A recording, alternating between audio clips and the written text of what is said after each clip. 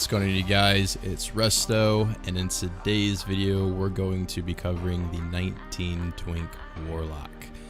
In today's video we're going to be going over the best in slot gear. We're going over, other builds that you guys could be rocking. We're also going to be going over the talents, the typical builds that you guys are going to be utilizing within your battlegrounds, and then I'm also going to be covering some tips and tricks, just some things that you guys should know being a warlock, some ideas going into it, just to make your guys' battleground experiences just a little bit smoother. Without further ado, let's get right into this guide.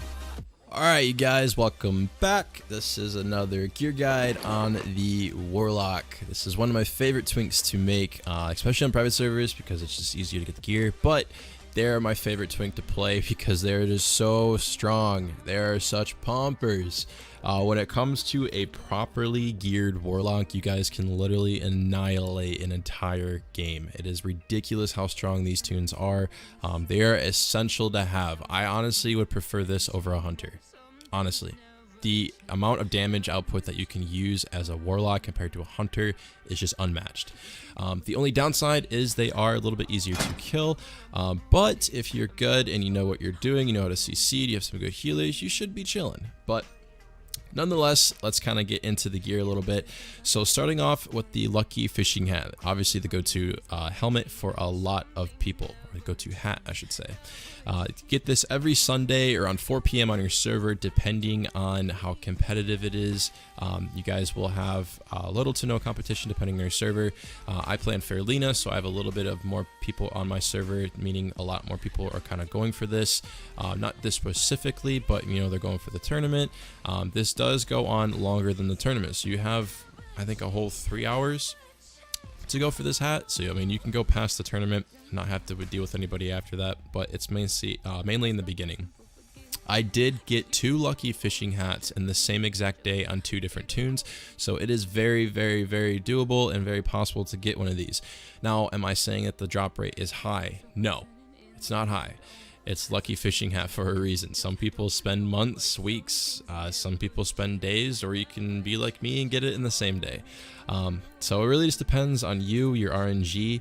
You're just looking for a Kiefer's Angler Fish. That's the main fish you want to look for when you get it. When you get that, go ahead and head over to Booty Bay and get your Lucky Fishing Hat. Moving on to the neck, this is the Horde set, by the way. We're going for the PvP neck. Obviously, same thing as the Lucky Fishing Hat. These are going to be the go-to, always have on every single twink that you get. In the meantime, if you guys don't have a Lucky Fishing Hat, go ahead and get the green tinted goggles. Until then, it's a good alternative until you're able to get a Lucky Fishing Hat. But for this, if you have a Warsong Gulch weekend, guys, you can get this and your PvP ring in the same exact day, especially as a Warlock. If you're just pumping out, getting some honor, it's not that hard to get. Just focus on objectives, not so much the kills. You get more honor and whatnot, completing games, capping flags, etc. The more games you win, think about it, the more honor you're going to get. If you sit there and graveyard farm, you're not really getting anywhere. That's the only thing. Moving on to the shoulders, you're going to do the Sunderseer Mantle. This is going to be a go-to. You guys are more so rocking a glass cannon set, so you're not really going to have a lot of health, as you can see. Same with the mana. It's not really going to be as high, but at the same time, all you guys are really doing is applying your dots to everybody and then throwing out shadow bolts here and there. There's not really much to it. Some fears to kind of mitigate some pressure off of your team, but other than that, there's not really much to a Warlock other than spreading dots. The dots is really where your damage is going to come from, and then shadow bolts here and there. But moving on to the cloak, you're looking at the Spider Silk Drape, 70 armor on this to go to, because you're going to have a lot of people wanting to kill you. Now, same thing that I've mentioned in other guides before, if you guys are looking at different types of casters in your game, more so melee, rock a different enchant. Have multiple cloaks of this with different enchants, 70 armor, shadow resistance, all resistance. You guys want these multiple options in your bags, so that way you guys can adapt to what's going on around you. But that's pretty much all there is to a cloak. It's there to kind of help you out in the long run in terms of what you're facing against. So moving on to the chest is the Inferno robe. This is like a go-to robe for any type of caster that you're going to. 19 spell power just cannot be matched with anything else out there. Put 150 health on this, obviously, because it has no health points. So you guys want to put some sort of health so that way you guys have some sort of a health pool on your own tune. That's pretty much all you're going to be rocking for this. For the bracers, you guys are going to be rocking the Shimmering Bracers of Healing. This is the 5 spell power version, and you're going to put 15 spell power on top of that, so that's 20 spell power. Like I said, it's mainly a glass cannon build. You guys could rock the Eagle, you know, if you guys want some mana, but you guys can be taking away from the spell power a little bit, so let's take that in consideration. If you guys want a mana pull with a health pull, like there's other options out there, but with a Warlock, I highly recommend the glass cannon build. You guys will not be disappointed. So go ahead and rock of the healing. For the Horde, you're going to have the Jute Braid Gloves. This is going to be 6 intellect, 7 spell power with the 16 spell power on top of that. Obviously, we're looking at some big damage here, guys. As you can see, this glass cannon build is just designed for destruction. Moving on to the belt, you're looking at the Green Weave Sash of Healing. Same thing as the bracers, guys. You're looking at the 7 spell power. You're looking for a glass cannon build. We're just trying to optimize our DPS to the peak. And then for the pants, you're looking at the Shimmering Trousers of the Healing. Once again, it's the 9 spell power. Since this is a BOE, you're going to put 24 armor on this. If you want to send this to your own tune, apply the armor enchant and then send it back to your 19 Twink, you can do that as well. Or you can just have somebody that you know, or just someone random within Orgrimmar, Dalaran, wherever you are, Stormwind, and apply this enchant for you as well. I always send it to my own tunes to risk any type of error that happens or any type of mistake that happens. That way nothing gets lost in the process. I know and I'm in full control of what's going on. Moving on to the pants, this is the Spider Silk Boots. These are another crafted boot. This is very similar to the FC build. You know, a lot of the gear that a Warlock wears is either BOE, so you can literally buy the entire set, or it's from a quest. So there's really not much gear that you have to go and get from a dungeon. It's very minimal, so that's very nice to get. But moving on to the Spider Silk Boots, these will throw minor speed on this. You could put stamina on here if you guys are worried about your health pool. I worried about minor speed because it helps me get around the map, navigate a lot more swiftly. Just kind of gets me to point A, point B a little bit faster. It's a great kiting mechanic too for people that don't have minor speed on there, so you guys can get away from them. Good kiting. Minor speed is just an overall good chant to have on your boots, but it is not a necessity. I will say it is a big prio for many people, but it's not a necessity. You can go with other enchants. Completely up to you. It's all preference. I personally go with minor speed increase on a lot of my boots, unless it's a stam set. Moving on to the rings, obviously the PvP rings got the spell power, you're getting the 3 MP5 and the 2 stamina with it, and then the ring Seal of Sylvanas that you guys get from the quest. These are the go-to. It's mainly before the stamina to kind of give you guys a health pool, to kind of keep yourself up a little bit. Obviously this is a spell power ring, it's not more so a stamina ring, so it's not really focused on stamina, it's more so focused on spell power. Like I said, it's a glass cannon build. We're looking at optimizing your DPS as much as possible. Moving on to the trinkets, we're looking at the heirloom trinket for some PvP resilience to match up with our shoulders. This is a go-to just because we want to stack resilience, guys, get that main DPS mitigation out there, so that way we're not looking at dying as quickly. You know, we're looking at 17 resilience. That's huge. And then we have the AGM, obviously. If you guys cannot get an AGM, go ahead and rock the spell power heirloom trinket, so that way you guys can even have more spell power. If you guys really want, I don't really recommend it because it's taking away, as you can see, like let's say if we take away the AGM, right, we're looking at close to 1,000. That's not, you know, it's not much of a backbone. I would rather keep this 12 stam, but if you guys don't care about this extra shield, you could just rock full time the 7 spell power trinket and just add on to the glass cannon build even more. Completely up to you guys what you want to do with that. Moving on to the weapon, we're looking at the Grand Staff of the Jordan and rocking 30 spell power on this, not intellect, 30 spell power. Like I said, we're looking to increase the magnitude of all of our spells. This is huge. But going in with this is something that you guys really want to focus on, is spell power. The resilience is going to be a huge bonus too. It's going to help DPS mitigation. And then the Banshee Rod of the Sun is what you guys are going to go with for your wand. You guys can go with the Gravestone Scepter if you really want to. don't really recommend it as much because you're mainly looking at the stamina, spell power, and intellect, not so much the damage of this. It's mainly for the stats. That's why we're going with the Banshee, the Rod of the Sun. But you guys could rock the Gravestone Scepter if you want. Now, let's say you're going you're low health, etc. You need to boost up whatever. Well, now you guys got these staffs right here. For the Horde, you're looking at the Staff of Freyr. This is going to be 31 spirit to kind of help increase the regeneration of your mana and your health. So this is something that I recommend getting. It is not something that you need, but it is nice to have if you're trying to optimize your gameplay. That is something that I will say. It is not a necessity, but it is nice to have, right? So, but with that being said, let's go on to the Alliance version, and not much is changing, only a little bit, not much. As you can see, all that's really changing is the neck, the gloves, and the chest, with a little bit of the rings as well.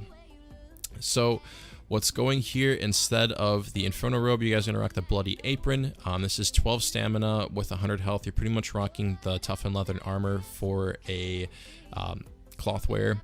So this is what you guys are going to rock in, so that way you guys have a little bit more of a health pool. Then you, instead of the Juke Break gloves, you guys are going to rock the Serpent gloves. It's literally the same stats, guys, but like I said before in other guides, I'm all about being unique. If I can wear something that not everybody can wear, or just looks different and it's not part of the norm, I'm 100% going to wear it. But other than that, you guys aren't different from the Horde. They are the same stats. The only thing that's different is a little bit of armor decrease, but that's not, 2 armor is not going to make a difference. But you guys rock the Serpent's gloves. It's still going to be the same damage output. The Greenweave Sash of Healing is going to be the belt.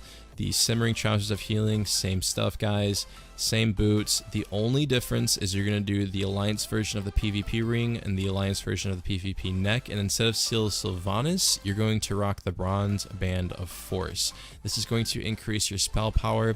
That's mainly why we're rocking this, so that way we can be a full DPS build. Now, the only difference between an Alliance lock and a Horde lock is obviously the Horde lock is going to be a little bit stronger. Not as strong, right? That's not going to be like a huge increase of like DPS output, but there is going to be a slight DPS output just because they have access to an Inferno Robe and the Alliance does not. So that's the only downside. Same thing, you're going to rock the Grand Staff of Jordan, 30 spell power, not much to it. But if you are a human, you're not even going to worry about the inherited insignia of the Horde. You could rock a AGM and then the heirloom trinket, or you could just run double AGM. No, it's really up to you and what you guys want to do.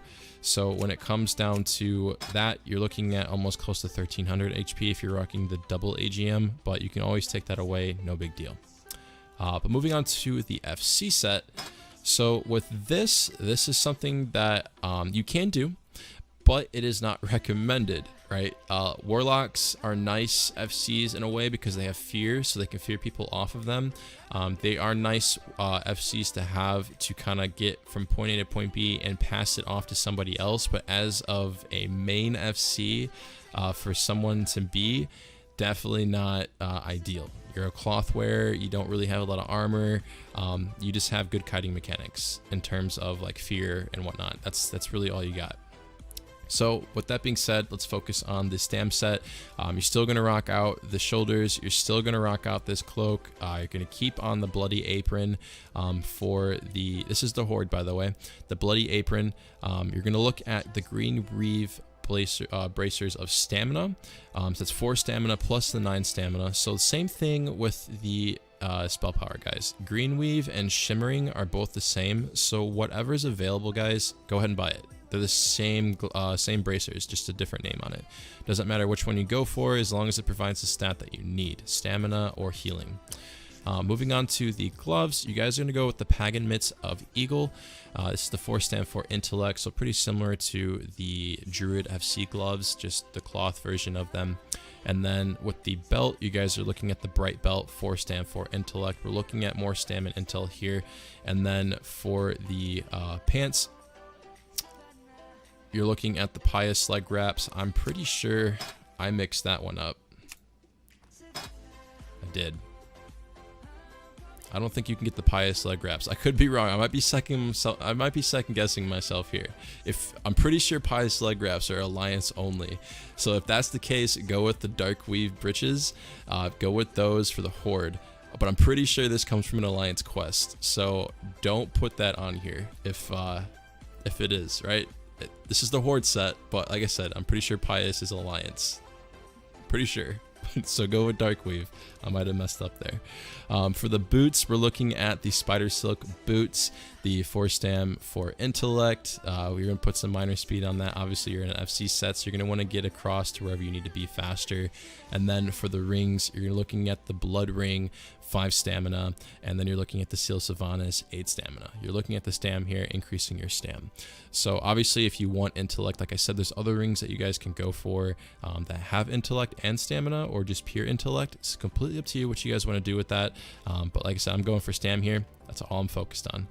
You want to go with the trinket for the heirloom, and then the AGM as well. AGM is going to be very nice for the FC because of the bubble. That's huge. Can't go wrong with that. Same thing with the weapon. You're going to stay with the same weapon. Like I said, Warlock's pretty straightforward. Same with the Alliance FC. There's not really much to it that's different other than the fact that you're just changing out one of the rings, and then you're going to the Alliance version of the trinket and the neck. The Alliance runs double blood ring. You could run a Seal of Rin if you really wanted to. Like I said, if you want that intellect, if you don't care about that 110 stamina, you know, you can go and put some intellect onto your field and have come somewhere close to 1,000 mana pool. Completely up to you what you guys want to do, but like I said, for an FC build, mainly just focusing on stamina, getting as much health points as possible. That way I can help mitigate as much damage as possible and getting to where I need to be. It's that way a healer can get to me and keep me up. You know, that's the main objective here. But other than that, that's pretty much what there is to a Warlock. So let's move on to the talents. So with the talents of a Warlock, it's pretty straightforward, guys. There's not really much like leeway of kind of like customizing your build. It's pretty cookie cutter.